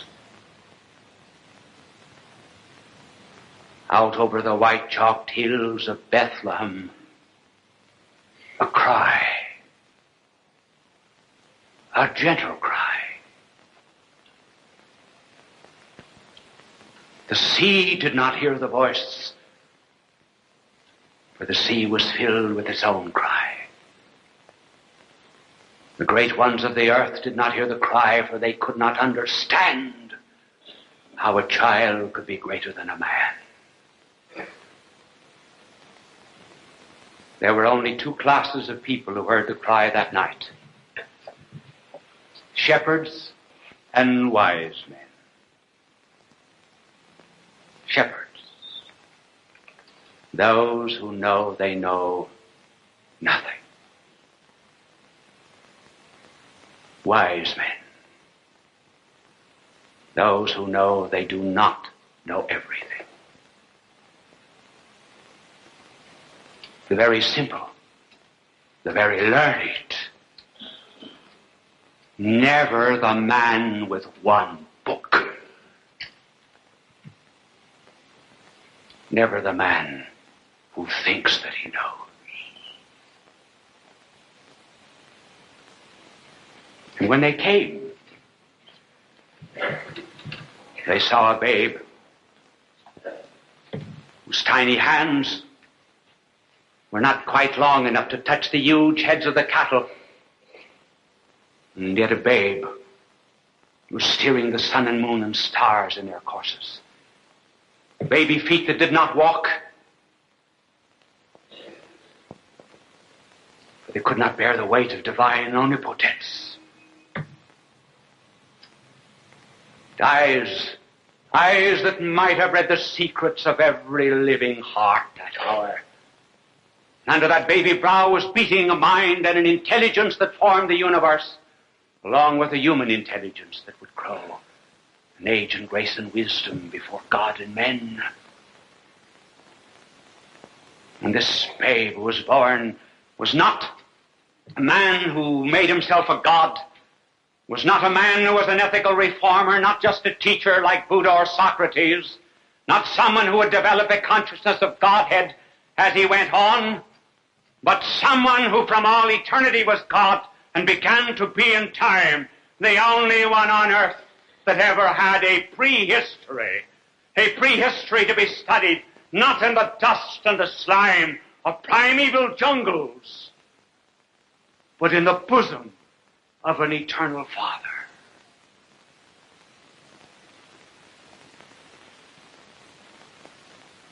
It shatters our proud minds to think of it. And think of that great and wise and very learned poet Francis Thompson,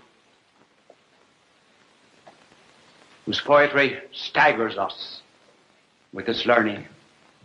And one Christmas Eve he went into a crib near where he lived, church nearby where he lived in England. And he stood there as this great wise man and thought himself as a child and thought of God coming down to this earth as a babe. And then his mind became simple, divinely simple. And he said in this poem, "Little Jesus, wast thou shy once? And just as small as I? And how did it feel like to be out of heaven and just like me? I should think that I would cry for my house all made of sky, and that waking 'twould distress me, not an angel there to dress me. Hadst thou ever any toys? Like us little girls and boys? And didst thou play with all the angels that were not too tall, with stars for marbles? Did the things play, can you see me through their wings? Did thy mother let thee spoil thy robes by playing on our soil? How nice to have them always new, 'cause in heaven 'twas quite clean blue. Did thy mother at the night kiss thee and fold thy clothes in tight? And didst thou feel quite good in bed, kissed and sweet, and thy prayers said? Oh, thou canst not have forgotten all that it feels like to be small. Then take me by the hand and walk, and listen to my baby talk.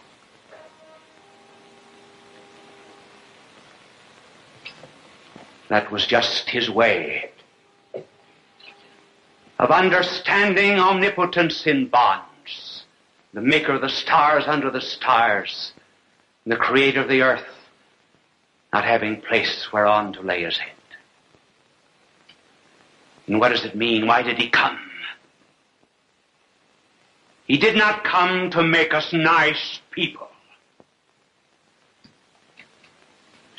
He came to make us new men, to change our natures, as everything else in nature is being changed by lift it up.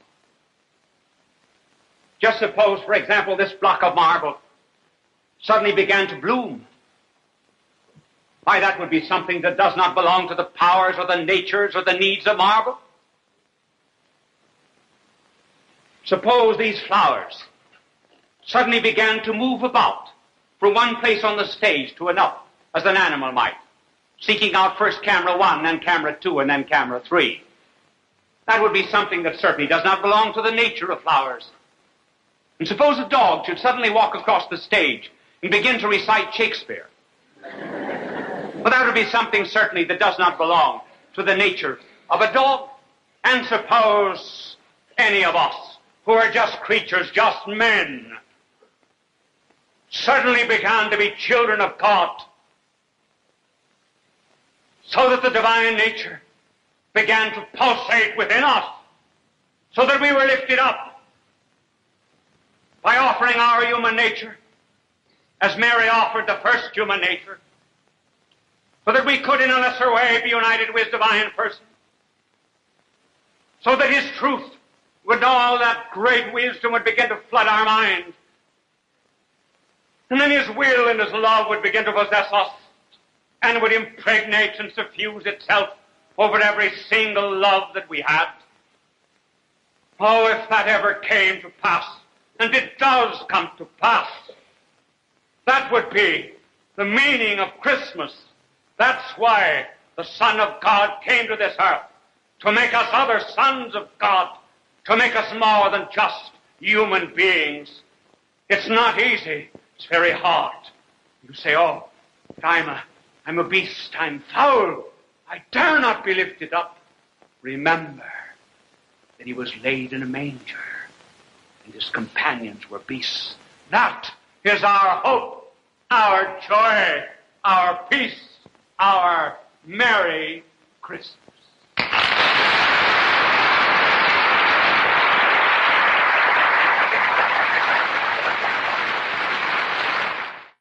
It began here, in the upper room, 2,000 years ago. This is my body. This is my blood. Remember me. In a garden he prayed to his Father on a night of betrayal, torture, death, far from Galilee. When taken from his rack of torment, in a borrowed grave he lie. On the third day the angel said, He has risen. He did not die. After sharing with friends, he rose to the Father, leaving his Spirit love to guide our journey. For he is the Alpha and the Omega, the beginning and the end, together again. People of all faiths recognize Bishop Fulton J. Sheen as one of the greatest communicators of the 20th century. He was born in El Paso, Illinois, in May of 1896. As a young boy, he knew he wanted to be a priest. He served as an altar boy at St. Mary's Cathedral in Peoria, Illinois. At St. Viator College, his education and debating skills taught him the skills he used throughout his life. His unique ability at being natural and at ease in front of any audience was noted early in his ministry. He was ordained in 1919 and went on to become one of the best-known and greatly loved priests in church history. He wrote 96 books and hundreds of articles and columns. He broadcast numerous radio and TV programs. People from all faiths watched him on television because he spoke to every man. They always waited with joy for his goodbye, his blessing, God love you. It continues to give us joy and memories. Bye now, and God love you. Bishop Fulton J. Sheen went to be with the Lord in December of 1979. Fulton J. Sheen, requiescat in pace.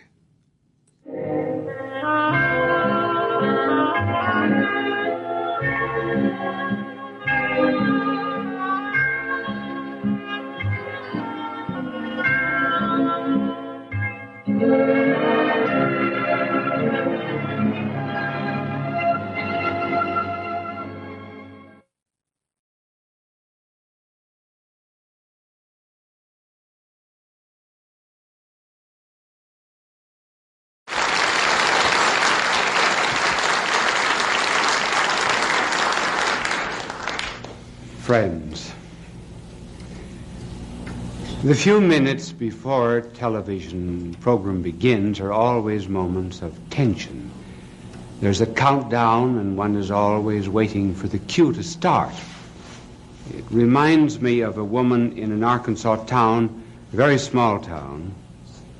She was trying to crash the society in this village, but her husband was not very social, so she kept him upstairs with instructions that he was not to come down to the tea under any circumstances.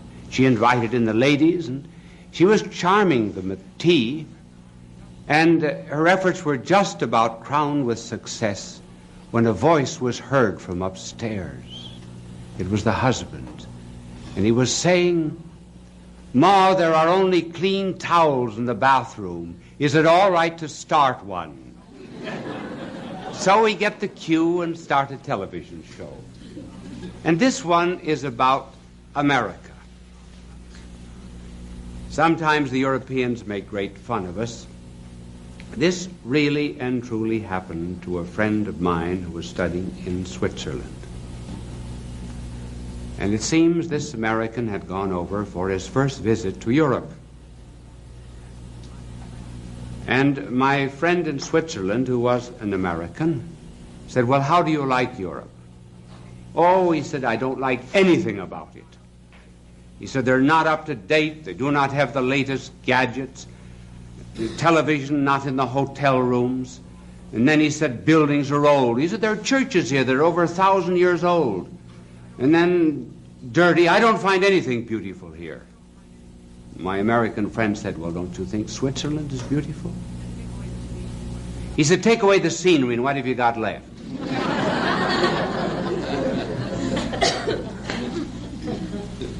There are so many things that we take for granted now that could not be taken for granted some years ago. For example, our next meal. When the pioneers had to go out to shoot it. Water. But now we take everything for granted. Light, heat, transportation, television, trains and planes. We take our friends for granted. Take people for granted. And we take America for granted. And there is going on at the present time a decline in patriotism. And in order to revive it, let me tell you some of the glories of America. I'm going to mention three. The first is the origin of our rights and liberties. Secondly, the great value that we put upon the human person. And then thirdly, what America's done for the world. First of all, the source of our rights and liberties. Where, for example, do I get the right of free speech here?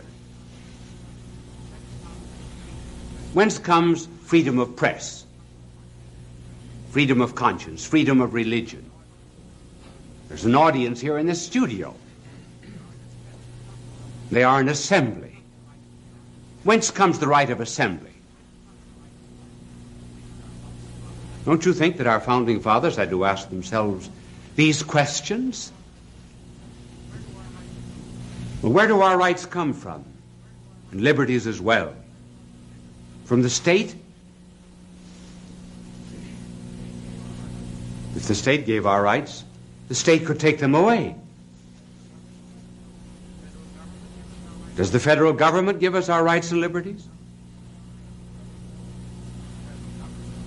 If the federal government gave us our rights and liberties, the federal government could take them away. On March the 15th, we feel it takes almost everything else away and might take away our rights and liberties. Our founding fathers had to ask themselves these questions, and they searched about for some basis and some ground of our liberties. And they looked to one theory that was being held in Europe at the time. Namely, that rights and liberties come from Parliament. Founding fathers rejected that. Then they considered another theory. That they come from the will of the majority. And rightly, they refused to accept that view. They wanted a country in which rights and liberties did not come from the will of the majority in an election. They wanted a country in which the majority would be the custodian of minority rights. And they finally found the source of rights and liberties, and they set it down in the second paragraph of our Declaration of Independence. It is a self-evident principle that the Creator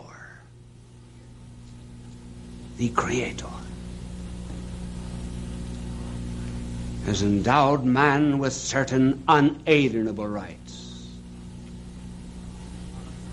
among which are the right to life, liberty, and the pursuit of happiness.